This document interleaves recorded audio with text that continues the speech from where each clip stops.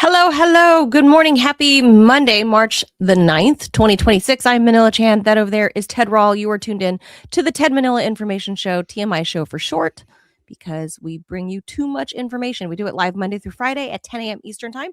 So please be sure to hit the like, the follow, and the subscribe button. And please share our content. Producer Robbie says, I have to get to an ad right now. So he's going to go ahead and put that up as everybody trickles over. Takes their potty break from deprogram or Everyone be peeing. Black Shirt Monday. Everyone be peeing at the 10 o'clock hour.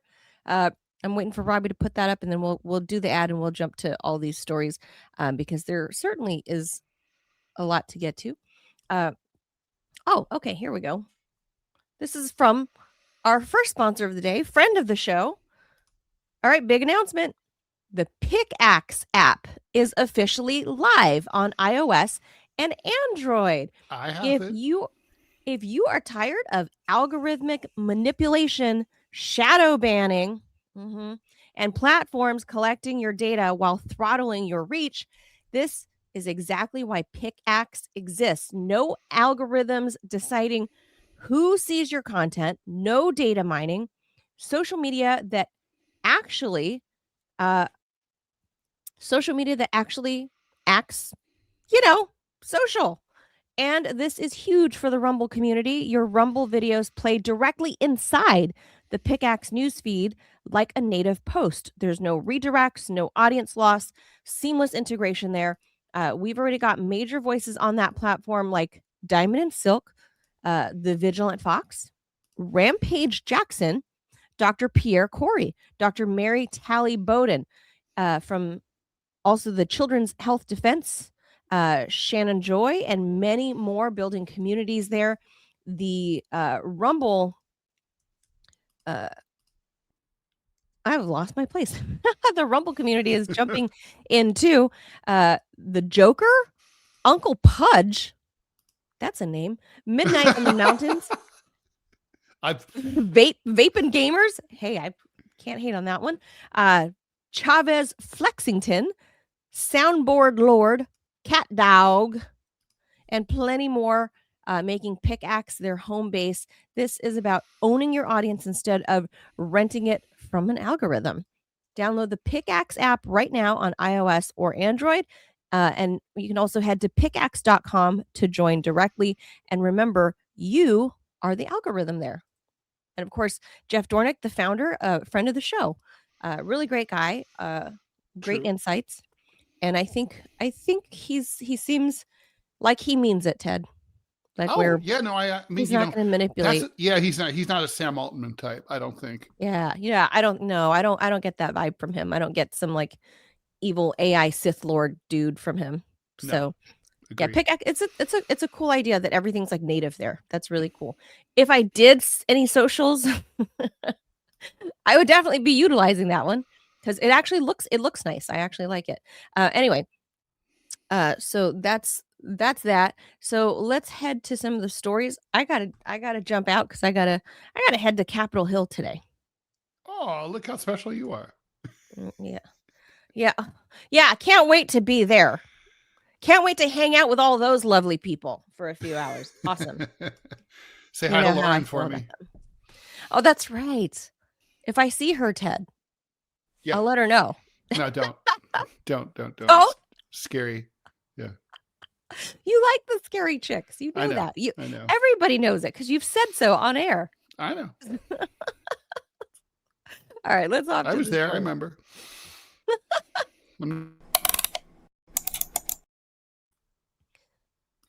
All right, so I would say, Ted, the big news. Obviously, we're in what are we, day 10 in the Israel/US war? Not even. I think we're in day 9.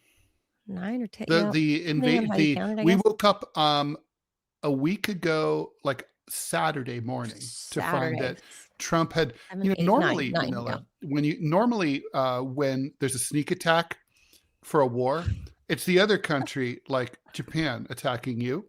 But in this case, it's our own country that decided to launch the sneak attack against its own people because the American people didn't know they were going to have a war over the weekend. That oil prices would go up 2/3. And that's the big story. That's the story. Oil prices have soared predictably. Manila, are you muted, or is that me on my end? I think that's you. I don't know. The audience can tell me. I do think not hear you. I think you're not hearing me. I'm going to Can the audience hear me? Yeah, I think the audience can hear me. And Robbie's not at his desk, so I can't ask Robbie. Can you guys hear me? Audience? We'll wait for Ted for a second just to make sure. I think that was the Ted. It was a Ted problem. Weird. I can hear you. Oh, can you hear me? Tab, that'll do it. Yeah, unmute tab, Ted. That happened accidentally. I didn't do anything. Yeah, Ray says it's Ted. It's always Ted. It's blame the old guy. It's always Ted. Yeah. It's always Ted. Okay, so the big story, I mean, I'm no economist, but it was predictable that oil was going to spike over $100 a barrel on Monday. The first time. It was $60 2 weeks ago. The first time over, we're in triple digit territory. That's Ted. a 67% increase. See, I in can't a week. do the numbers like that. In a week, it was before the Biden years. That means the last time we saw triple digit gas barrels. Prices at the pump have already gone up $1.10 nationally in a week. Oh, the average price of gasoline at the pump in the United States was $2.85 a week and a half ago. Now it's over $4. So, as of today, we're somewhere around like 109, I think today, last I checked an hour or so ago, with this U.S.-Israeli war in Iran. Fears of a prolonged conflict, obviously sending shockwaves through global energy markets now. Multiple Iranian retaliatory strikes reported overnight across the region. Iranians are expected to gather nationwide today, this afternoon, to pledge allegiance to the new Supreme Leader, Mojtaba Khamenei, who is also the son of the late Ayatollah that just passed away, that was just murdered last week. But this guy, the younger Khamenei, business ever. I know, but I'll get to that in a second. But I had heard from Iranians there that the Ayatollah didn't prefer, it wasn't his preference to have his son inherit, if you will, the seat if it became vacated for any reason. He didn't want it to seem like a monarchy, like a hereditary, like North Korea. Yeah. Mm-hmm. Yeah. That wasn't his goal. So I don't know how they arrived at the younger Khamenei, but he's also harder lined regime guy. More intertwined with the IRGC. I think he's more, from what I've heard, he makes his dad look like a moderate, is my understanding. That his dad was like, it's against my religion to have nuclear weapons, blah, blah, blah. Junior here, I don't know. I heard not so much. I don't know. So energy prices going through the roof now. So hours after Iran named the new supreme leader, the IRGC announced new missile strikes across the region, while Israel said it had carried out another wave of strikes as well, targeting Iranian missile launch sites and regime infrastructure, they say. The Israeli military also said it hit Hezbollah infrastructure in Beirut, with plumes of smoke rising from the Lebanese capital. It's all over social media. There's lots of reports that the Israelis are hitting water desalination plants, Ted, because, who needs water? Especially in Lebanon, fuck your neighbor, right? It's like, fuck your neighbor. Fuck them. Fuck those Lebanese and their delicious food. Damn it. Several Gulf states reported intercepting missiles and drones headed toward key infrastructure sites. Saudi Arabia's military said it shot down 4 drones bound for the Shaiba oil fields. Kuwait's National Guard said they downed a drone near what they called a protected site. They didn't really say where.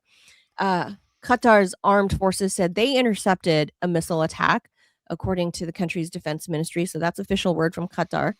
The price for a barrel of Brent, the international standard, spiked to $119.50 for a moment earlier this morning. but then trading was closer to 105 as refineries in the Gulf came under attack and concerns mounting over shipping disruptions at the Strait of Hormuz. We know it's a choke point, obviously. Ted, what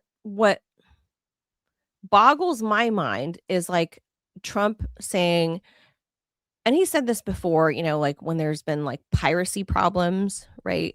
That we'll send troops or whatever in lieu of people not being able to get insurance, right? When they're going like around the Horn of Africa or whatever. Do you remember that first time for the first presidency? But here along the Strait of Hormuz, I think it's worth pointing out that sure, while it the a good sizable chunk of the world's oil passes through that strait, it's worth pointing out that the majority of the oil that goes through there doesn't come to us.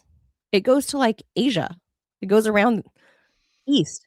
It doesn't come to America. It doesn't come to the West. It doesn't go to Europe. A little bit does, but the vast majority of it goes to Asia. So what Trump is like willing to risk American troop lives so that China can have oil. That's really nice of him, I think. I think that's China's the big victor here, I would say. Like true. It's also it is also a global market, so sure. But I wonder if anyone thought to tell Trump that. Like you want I wonder if people troop think lives. to tell Trump anything. But like Yeah, I was like telling he lives in a Robbie, vacuum. John wasn't able to make deprogram this morning, and I was telling Robbie at the top, I'm convinced now. I'm gonna poll you on this. I think Trump's going to cancel the election, and that there's no better excuse for canceling an election than a war. I mean, wars are when you get terrorism. We had an election during the freaking Civil War. Yeah, I know, but Trump will say, as you know, we've never had. He'll say we've never had an election during a war. He'll say we can't do it. Never been done. No country's ever done it. He'll just lie. I think he'll try. Is the question that he'll attempt to, or is the question that he will be successful? Whether he'll succeed or not, no one knows. But I think there will be a serious attempt.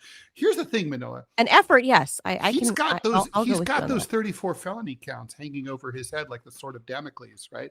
So he when he leaves office in January of 2029, not very long from now, he goes to prison. Okay? He does. That's what happens. The only reason he's not in prison is because he's the president of the United States, but he won't be president of the United States. So the only way he doesn't go to prison is if he finagles a way to remain president of the United States. So the only way that happens is if you don't have the election in 2028. And if you're not going to have the election in 2028, it's smart to cancel the 2026 midterms because people care less about midterms than they care about presidential election. And it becomes we become like Ukraine. We get used to not having elections.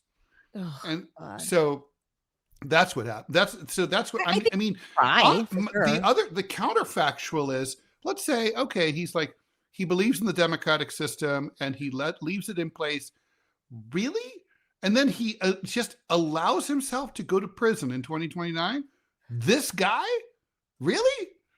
No. I mean, the only other option is to go into exile and go to Saudi Arabia and go say hi to, to MSB, to MBS, right? He'll pardon himself. Well, look, he can't pardon himself. These are federal. These are state charges. Oh, state charges. Remember? I don't know. People are forgetting all this because we're Americans. But honestly, he has only two options: prison or flee the country. Those are his choices. I don't think that'll happen. I don't know how, but anyway, I think if the question is that he'll try, then yes, I agree that he'll try to cancel them. But because they're just midterms. But I don't know about, don't vote in the midterms. I don't know about 2029. I don't know what that'll look like yet. We have to see what it looks like in November.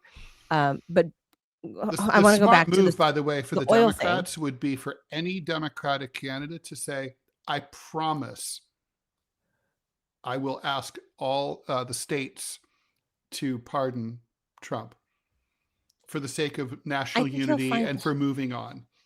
I think he'll find a way. I think President Newsom would actually pardon him because for that very thing that you said. President Newsom. Oh, that's right. I keep thinking federal.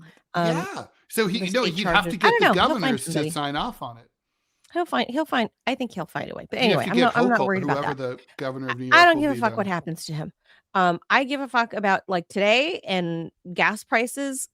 I think we're gonna hit 200 by year's end. The French finance ministry. Then the global economy is tits up.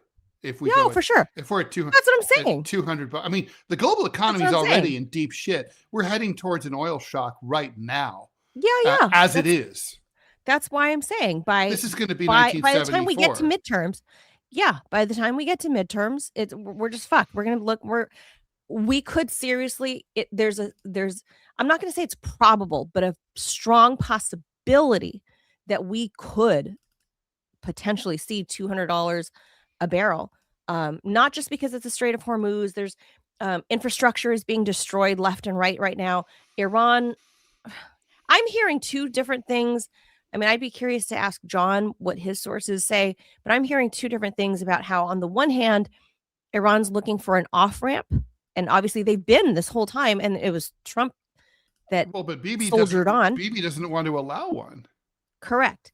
But on the other hand, I'm also hearing that from the extra hardliners, they're like, no, fuck this. We're like, we can't, there's no way for us to save face anymore. So fuck this. We're going to cause disruption all over the place. So fuck you guys.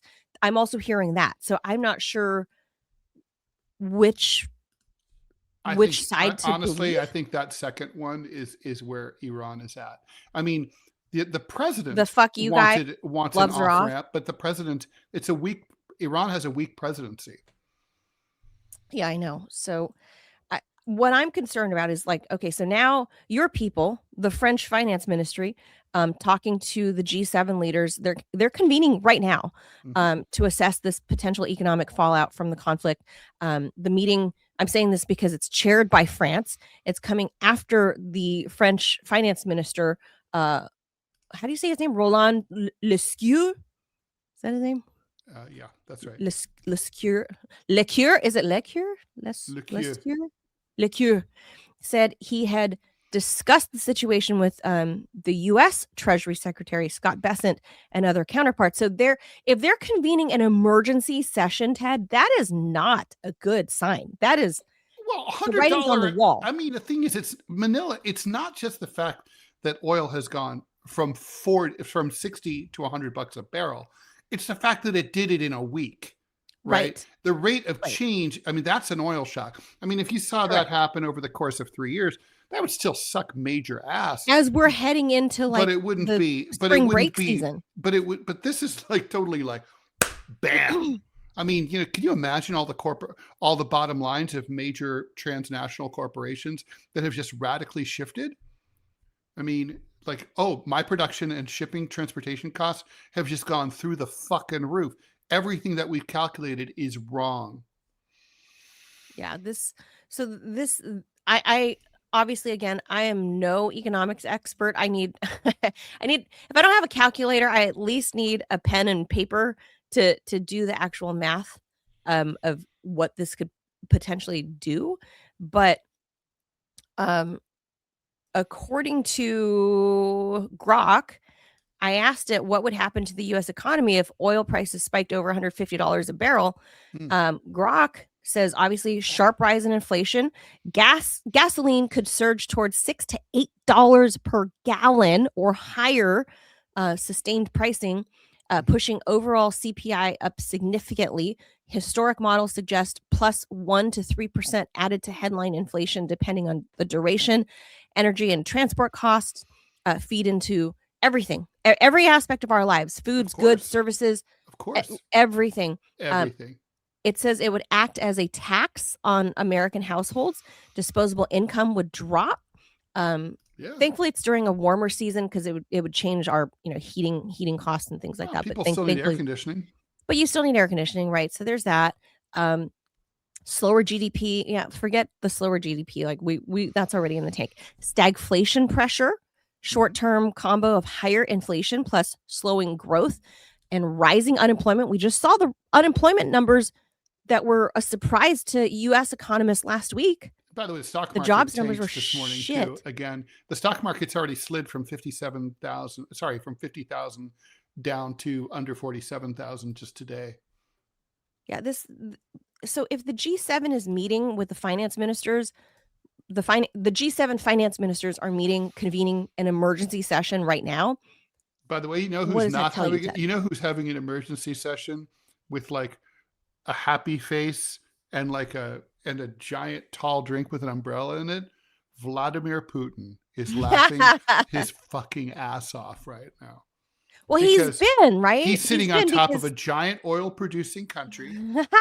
And basically, well, maybe the sanctions will come off from the U.S. Well, the U.S. has basically just imposed sanctions on itself.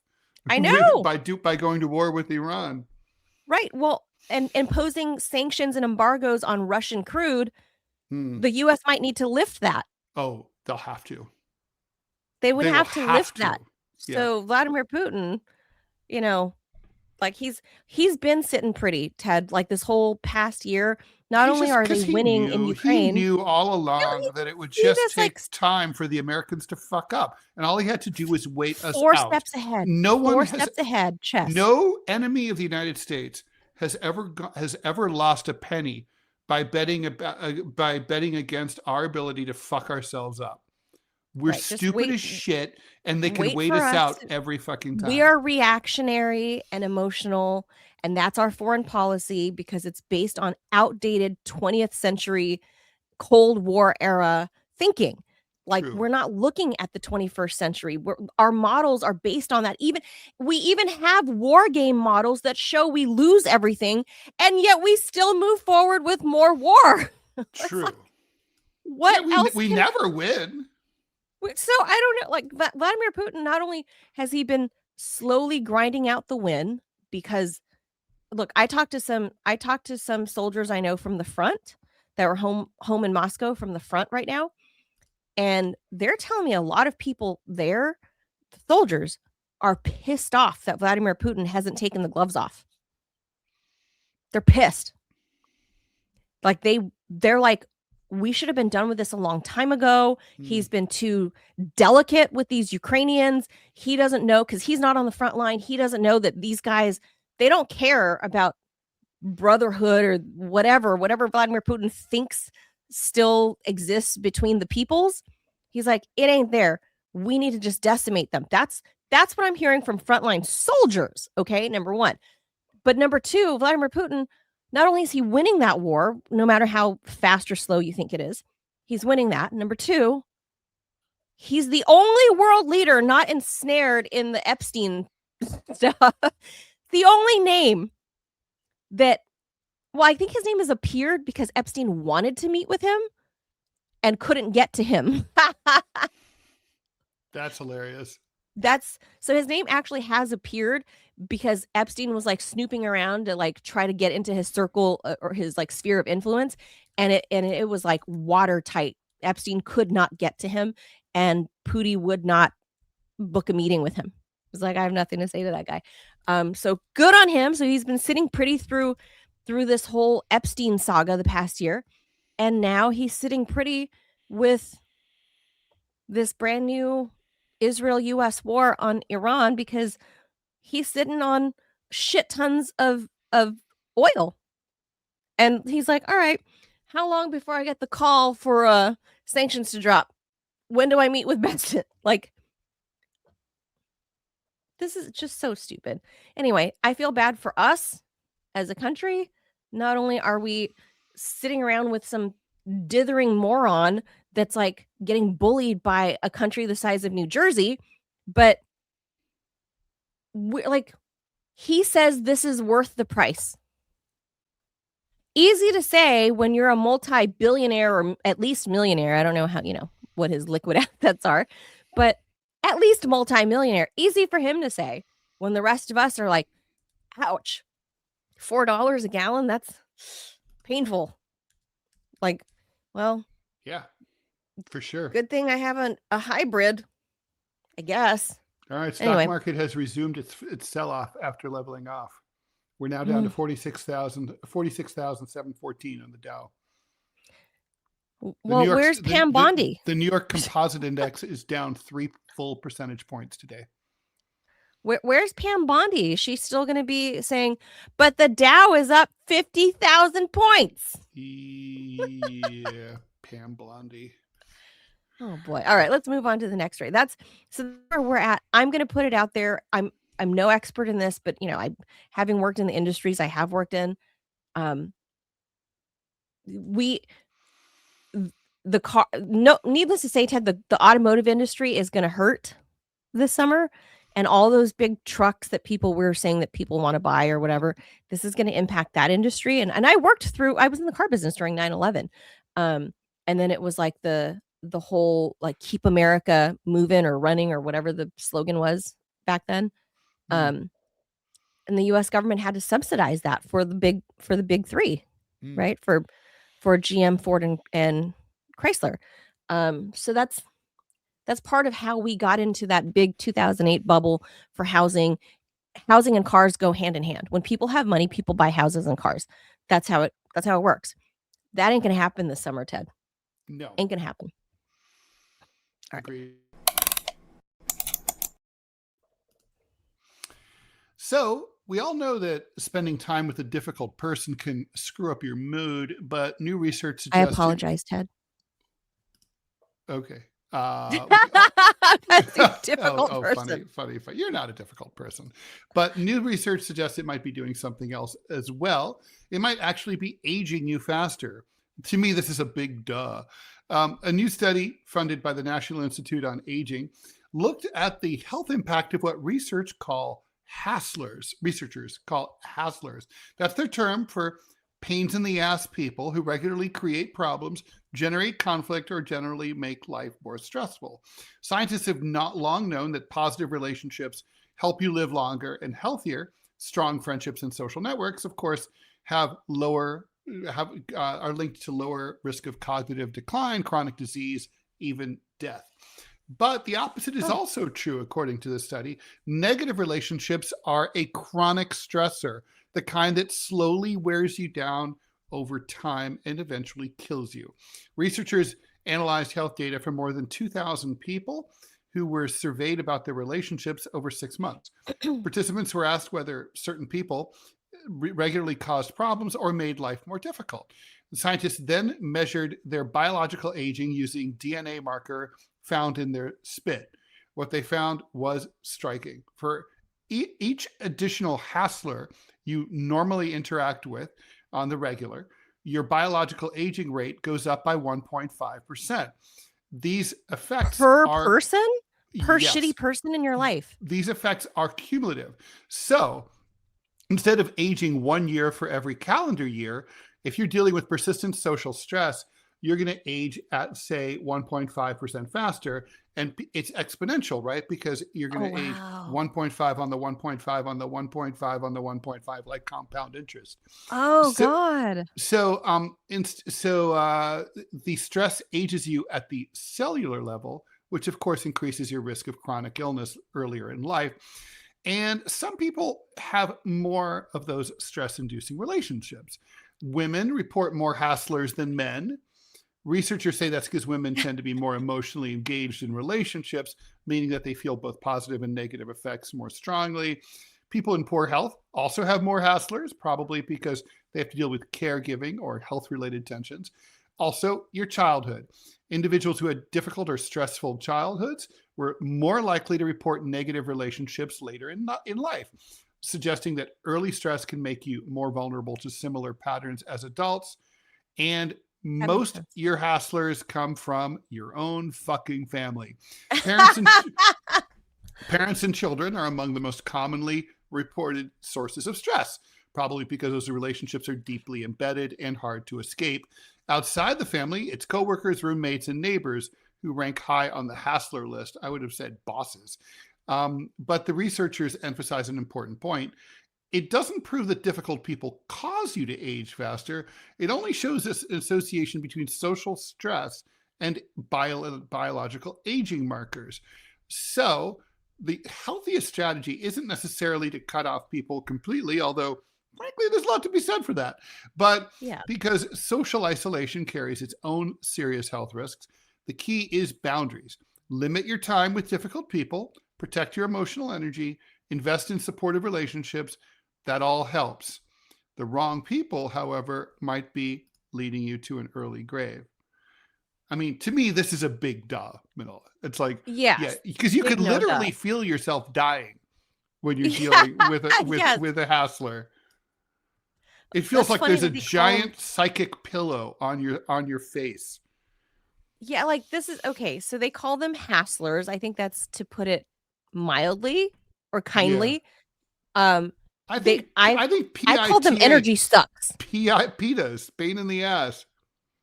PITAs, yeah, pain in the ass. That makes sense. Like that's better. Ray in the Rumble Room says energy vampires. That's a thing. Oh, I like that. Mm-hmm. Yeah, energy vampires. I like the term emotional terrorist. That's good too. But look, I would say because it's unavoidable, we especially, I mean, the family thing, sure, you can cut off some, but sometimes it's unavoidable, right? Like these people are they're just gonna be there. Maybe they're your coworkers or whatever, and you have no control over that. But like this thing said, to set your boundaries, limit your exposure to them. Just don't. You also have to. Here's one thing I think that the article leaves out, or the summary of the article leaves out. I am a big proponent of putting up the Great Frickin' Wall of China, Ted. Stop being snowflakes. No, I mean, I just like don't have anything to do with those people as much as you can. Cut them off, whatever. Like do like the Chinese did with the Mongolians, block them off. Keep Genghis Khan out. Like just don't let them. I think that's perhaps like the first line of defense you have to do is put up. For me, you have to yes, that boundary, put up the Great Wall of China first and foremost, and learn how to strengthen yourselves from inside your own wall. And then you can focus on what the people you can slough off. That's how I live anyway. But I'm, different people, different emotional capacities. Mm-hmm. I was kind of born like ID gaff, I think was probably my my motto out of the womb.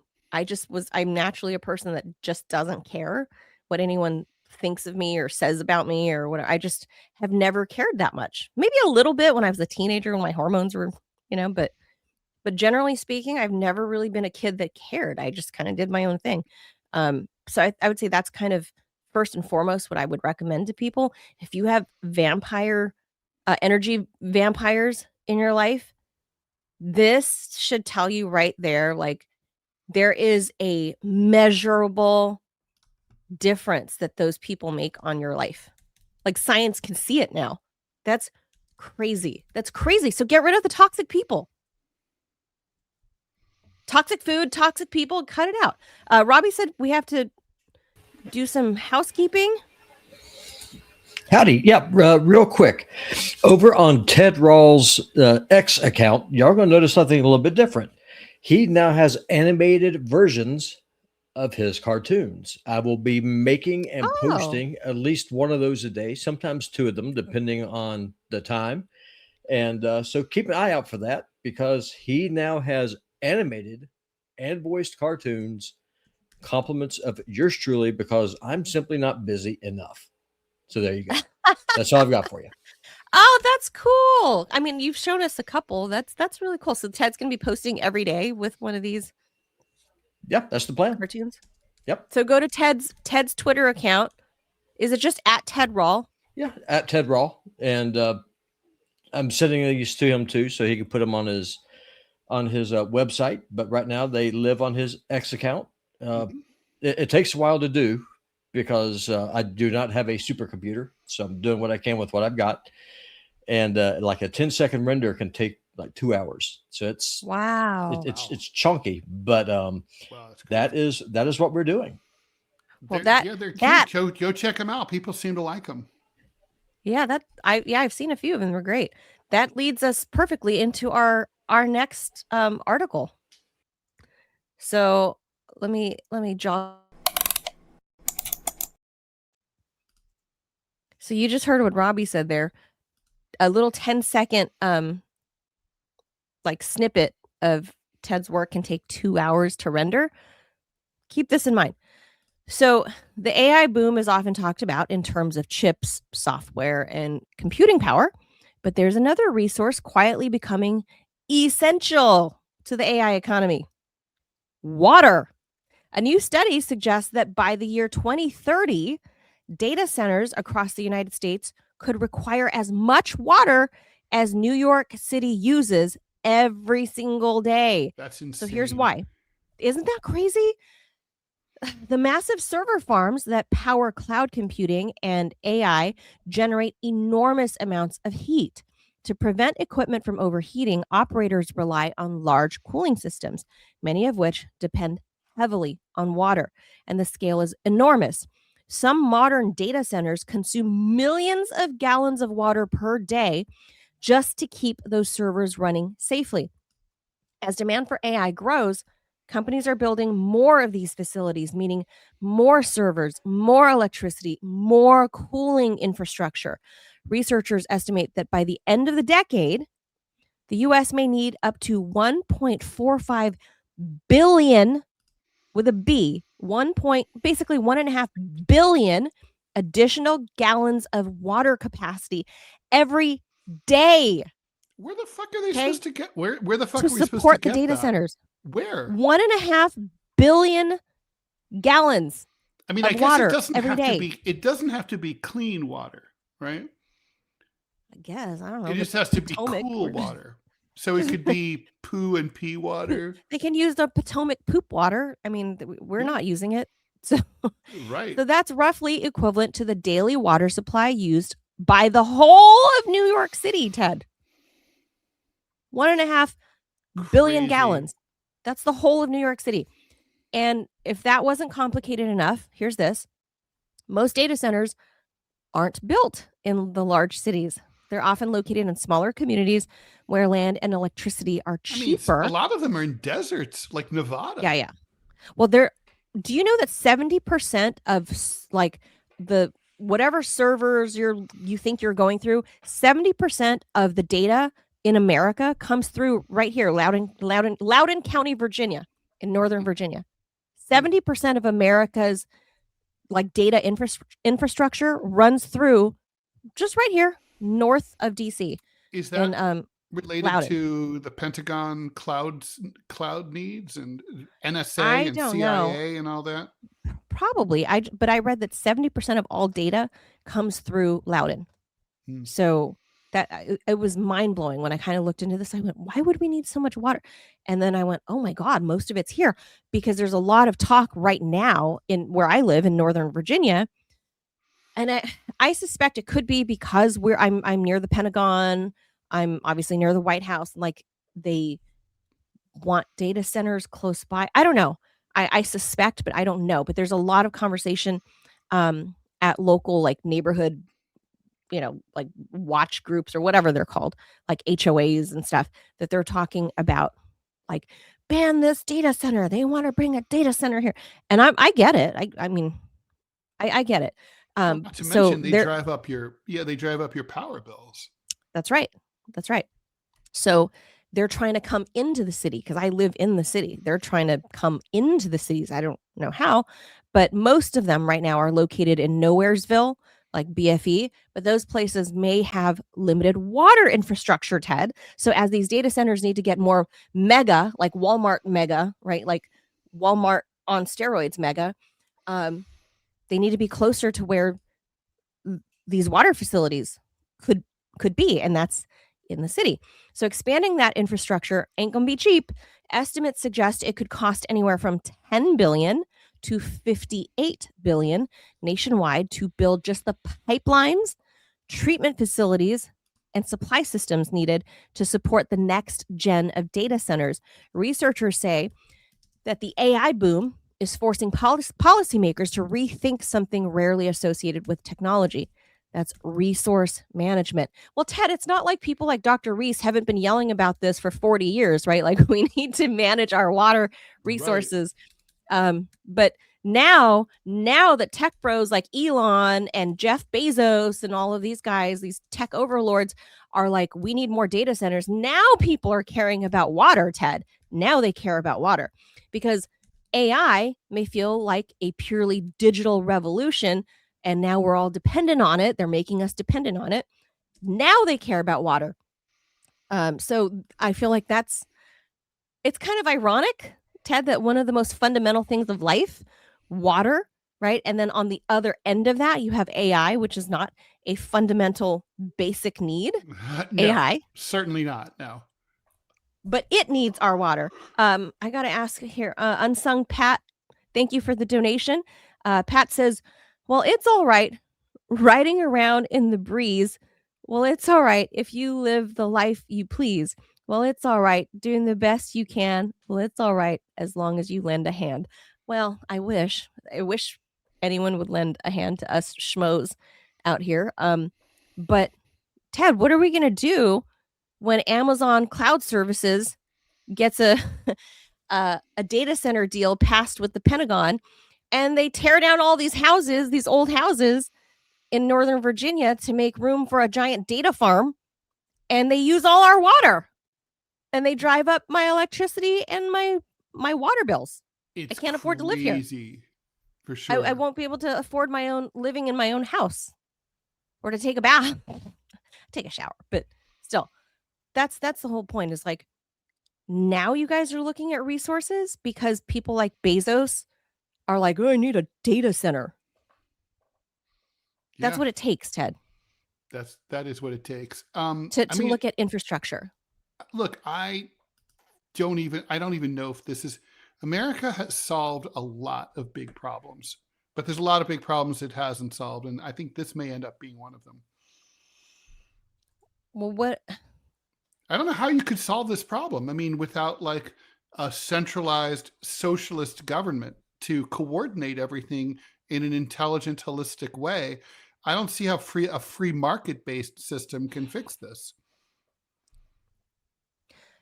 And then you've heard all of these, like, the forefathers of AI, the people that had kind of like, 35, 40 years ago when they started trying to develop AI technology, all of those older guys that are like retired now, because they're all like in their 70s, they're the ones like sounding the alarm about the dangers of AI, right? Talk about dangers. We're in like a global climate change, global water shortage. Iran is fucking bone dry, right? Like, people are being forced from, forget the wars forcing them out, just because like much of the world is becoming bone dry. People are getting they have no choice but to relocate, right? And we're talking like tribal peoples, people like native peoples of XYZ country. They can't stay where they're at anymore. They're moving elsewhere because there's no freaking water in the world. And we're caring about it because we need to give it to the machines. We need to give water to the machines. It just seems kind of fucking nuts to me. Like, it's totally talk about AI being a threat to humanity. This is like a different level of humanity, of threat. Yeah. Like, I mean, literal. I think the key here is pee water and poo water. But do you think that, does it have to be clean? I don't know that. No, it doesn't have to be clean. You don't think so? It's for cooling. I mean, this basically presupposes that water using cooling for facilities. Could it be ocean water? It's like nuclear power plants. They don't need clean water to cool their reactor cores. They just have to be cool. So the reason that they started with water when they came up with this technology decades ago was that water was considered a cheap, abundant resource, Now we don't really, we're starting to view water differently. And so it's kind of an out of date technology in a way. I mean, theoretically, couldn't we cycle in and out like ocean water? Sure. But 100%. then But you have to but pipe then it the in problem, that's from exactly far it. The away. infrastructure problem And then is you wait for it. You need power to pump it in that far. yeah. Cheap and abundant resource is like the whole assumption here, and water's not. Right. We don't have the infrastructure for it. And the funny thing out in California, because the biggest coastline that we have for any one state, and there's Clovis joining the program in the background. Hello, Clovis. California with the longest coastline in the country under Gavin Newsom the last decade has never, as we saw with the Malibu fires the start of last year, we never really worked on our water infrastructure, Ted. So, Nope, we didn't. I mean, had he done those water reservoirs, had he talked about, as he talked about 10 years ago when he was running for governor, the desal plants for the, because we have access to the Pacific Ocean, maybe we would have data centers like in, I don't know, like Bakersfield. Desalination plants, though, aren't viable for California because of the environmental problems that they cause. No, but I mean, and he was talking about water infrastructure in general, not just desal plants, but water reservoirs and other just water infrastructure and building out more waterways, pipes. Because right now we have California has open waterways, so you can literally just like throw all your PFAS in there. You throw your coolant in there. And that goes into our water, and they don't filter that through, which is why my family never, ever, ever let us drink the tap water in California, because we don't pipe our tap water through tubes. It's open waterways, and they don't filter out for a lot of things, as Ted has discussed, like a lot of big pharma psychotropic drugs. So that explains a lot, Ted, now that I say it out loud. It's in the tap water in California. Yeah, it is. Holy shit. That explains a lot now that I've said it. Okay, anyway, that's the problem. We'll do one last story, and then we got to get out of here because I got to go hang out with some goons on Capitol Hill. Have fun.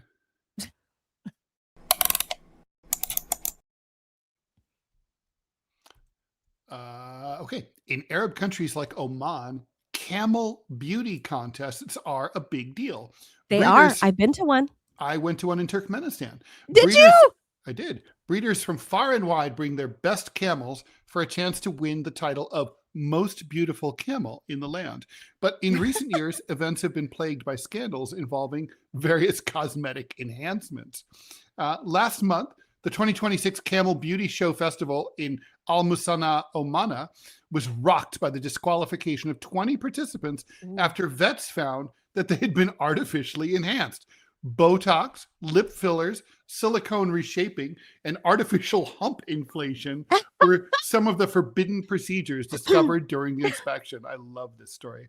Camel beauty contests are an important part of Arab tradition. For centuries, owners of camels struggled to emphasize features like glossy coats, long, well-set necks, full lips, much like a MAGA girl, long eyelashes, and firm humps through select. I swear you're talking about humps. Kristi Noem. I swear. She is obviously an enhanced camel. I thought you were talking about Kristi Noem. Yeah, through selective breeding and grooming. But in recent years, cosmetic enhancements have become very common. In this year's Camel Beauty Contest, judges found that some animals had their physical features cosmetically enhanced. Some camels had visible lip fillers.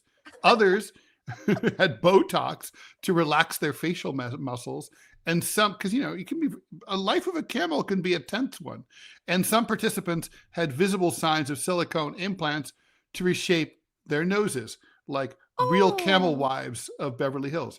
Other forbidden enhancements include hump inflation, and growth hormone injections to increase muscle definition. Why Oh, would someone turn to HGH. Why would someone turn to cosmetic procedures to enhance their camel's looks? Well, there's real money for the winner of camel beauty contests. You can make a fortune through sales and breeding rights, so the temptation to use cheating is pretty high. The ethical implications are clear, but vets say that cosmetic enhancements pose serious risks to the camels as well. Fillers can trigger chronic inflammation. Hormone injections can cause imbalances and fertility problems, thus invalidating the whole breeding thing. Right. And Botox can interfere with chewing and drinking. Oh no. Poor guys. Or So, girls. So people Americans or Westerners don't really know, like, there's a whole camel culture is quite the thing, as you know. It is a thing. And I remember one time in Turkmenistan, like going to a friend's house, and he had a camel in his garage, and I just, I'm like, hey, nice camel. And he goes, what the fuck is wrong with you? I'm like, what do you mean? Shouldn't, and he goes, that's a meat camel. Like, we're gonna, like, it's not like we're gonna. Oh, it's not his show camel. That's his meal camel. They're gonna eat it. But you're just like, oh, it's a good looking camel. Yeah, it's just like, I didn't even say like good looking. I just said nice camel. Yeah, like maybe nice cow you've got there. And I kind of thought about saying, well, I meant like he looks tasty, but he looks delicious. looks great. But look, at the very end there where we learned that doing all these cosmetic procedures on the camels could cause like chronic inflammation, hormone imbalances, fertility problems. If it does that to camels, what do you think it does to humans? But camels are our most precious animal, much more so than our women. So, yeah, well, obviously, I mean, ask. They say women are the camel of the West.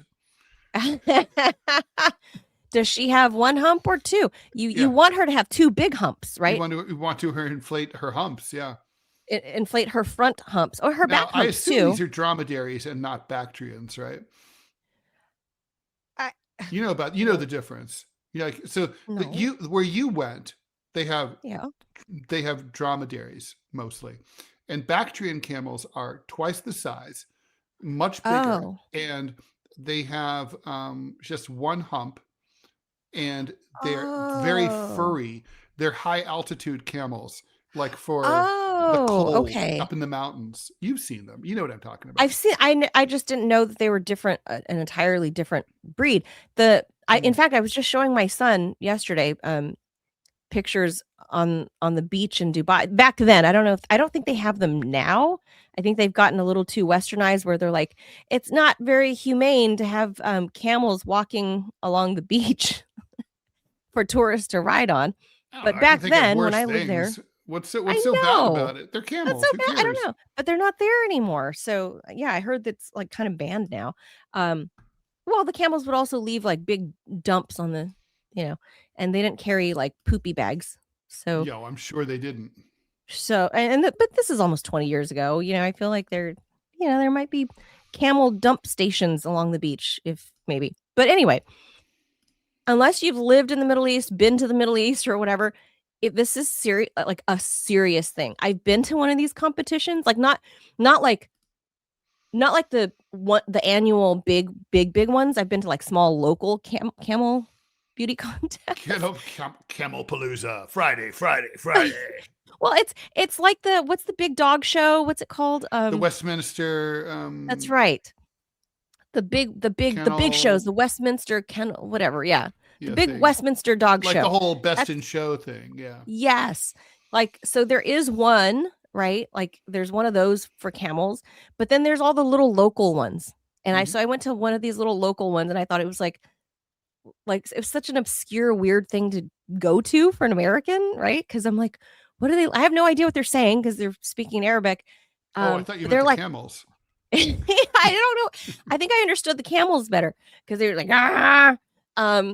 And they should like pick up their lip and look at their teeth and see if they're like snarl? Do they have an overbite? Like that's Mhm. what they're looking for, like to see how straight the camel's teeth are. It's very strange, but this is pre, everybody going wild with Botox and So, like you're putting. What kind of implants are you putting in their so humps to Manila, make their hump bigger?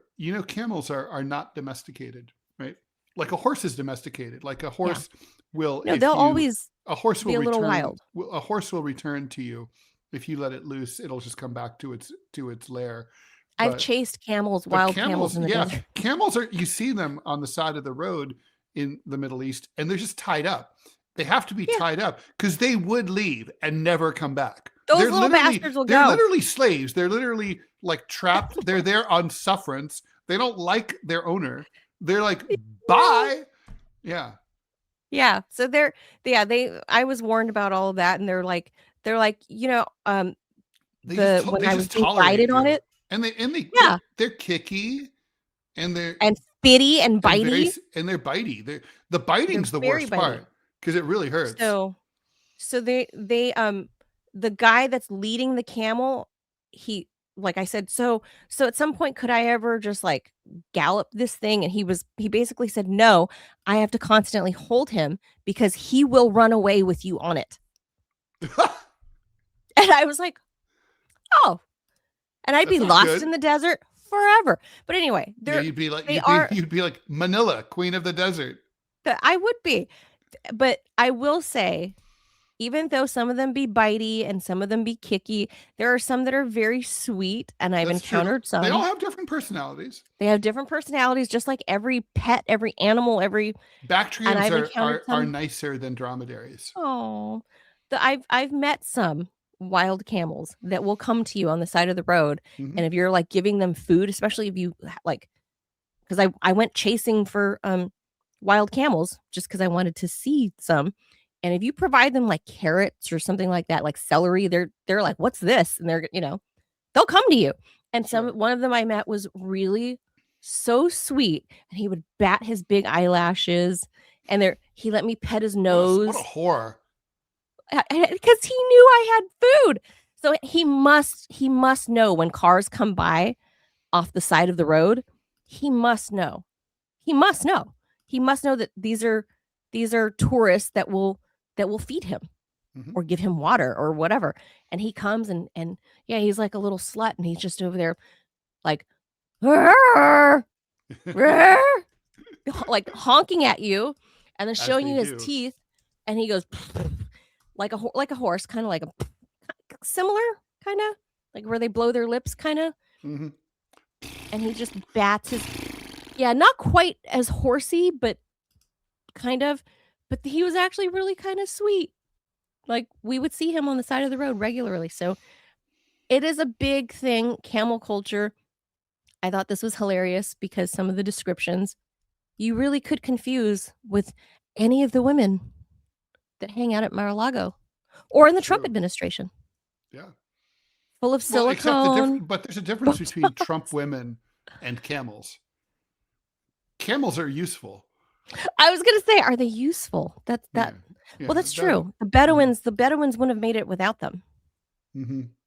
Yeah, that's true. Unlike Kristi Noem, the camels are useful. And you might want to be around a camel, unlike Kristi Noem. Yeah. I mean, the camel probably won't kill you. And a camel, unlike Kristi Noem, isn't going to lie about you or call you a terrorist. Get you fired. Yeah. A camel's not going to say, where the fuck is my blankie, bitch? A camel might be boning its underling, though. That could happen. I've never seen camels have sex. I don't know if I ever want to see that. Yeah. I was just going to say that. I assume it's like horses. Either. I mean, I've seen that. Have you ever seen horse? I saw horse fucking like at a stud farm in Kentucky. I've seen a horse do it, but I've not seen a camel, not even in a picture. Well, anyway, it's got to be. It's obviously got to be like horses. It's got to be. Yeah, but camels, they can sit down because their legs bend and they can like. Yeah. So maybe there's a difference. I don't know. Their legs are different. Horses You think don't. they're Horses capable of- sleep standing, You right? think they're capable of different positions that are like Probably. That's like- what I'm like- getting at. I don't know. They can do the cat. You think that they have all the positions of No. the Camel Sutra? I like the Camel Sutra. I don't know. Robbie, is this a Robbie joke before we go? No. Okay. No, it's a real thing. Robbie says So there is there's a legend. there's a legend. I've read it in a couple of different places that the reason why camels are such assholes, it's because they are superior to humans. When Muhammad had to flee Mecca and go to Medina, as a thank you to the camel that carried him, he whispered the true name of God to the camel. And so as a result, all of the descendants of this camel, which is now every camel in the world, knows the true name of God.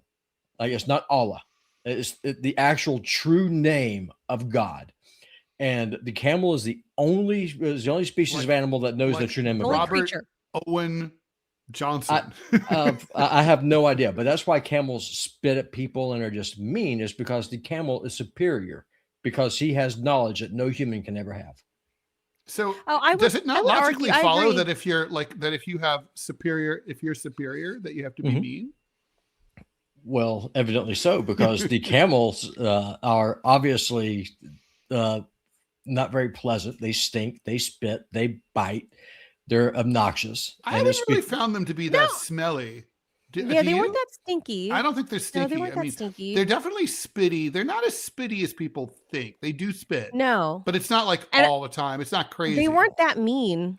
The ones I've encountered out in the wild. It depends on but they can. They really will. It could be bite you if they want. Yeah. Yeah. They'll snap at you, but I mean, I've never. I got caught on the arm by a camel bite and a horse bite, and those animals really fucking hurt. Yeah, I have never seen a camel, so I don't know. I'm just telling y'all just things that I've read. Unlike the two of you, They are assholes, though. I am an uncultured. Like I'm an uncultured, untraveled Philistine, so I am the first one to admit that. But that is why camels are jerks, is because they know the true name of God. I say, generally speaking, I probably like more camels than people. Oh yeah, that's easy. Yeah, people suck. Yeah. People generally suck. Camels. Besides which, the camel has every right to be pissed off at us. He's minding his own business, and we want to fuck with him. I know. Then we go muzzle them and then drag them. Yeah, of course they're not. And inject them with Botox. I was saying they were Botoxing them. I just want to point that out again. If these camel owners are injecting them with all of this shit, Botox, hormones, lip fillers, whatever, and it's showing health complications for a camel, what must it be doing to humans? Well, especially because a camel is thousands of pounds, right? I mean, it's a big animal. Right. Not only that, but they're healthier and more hardy than a human body. Can you eat camels? Do they eat 100%, camels? And their milk sucks.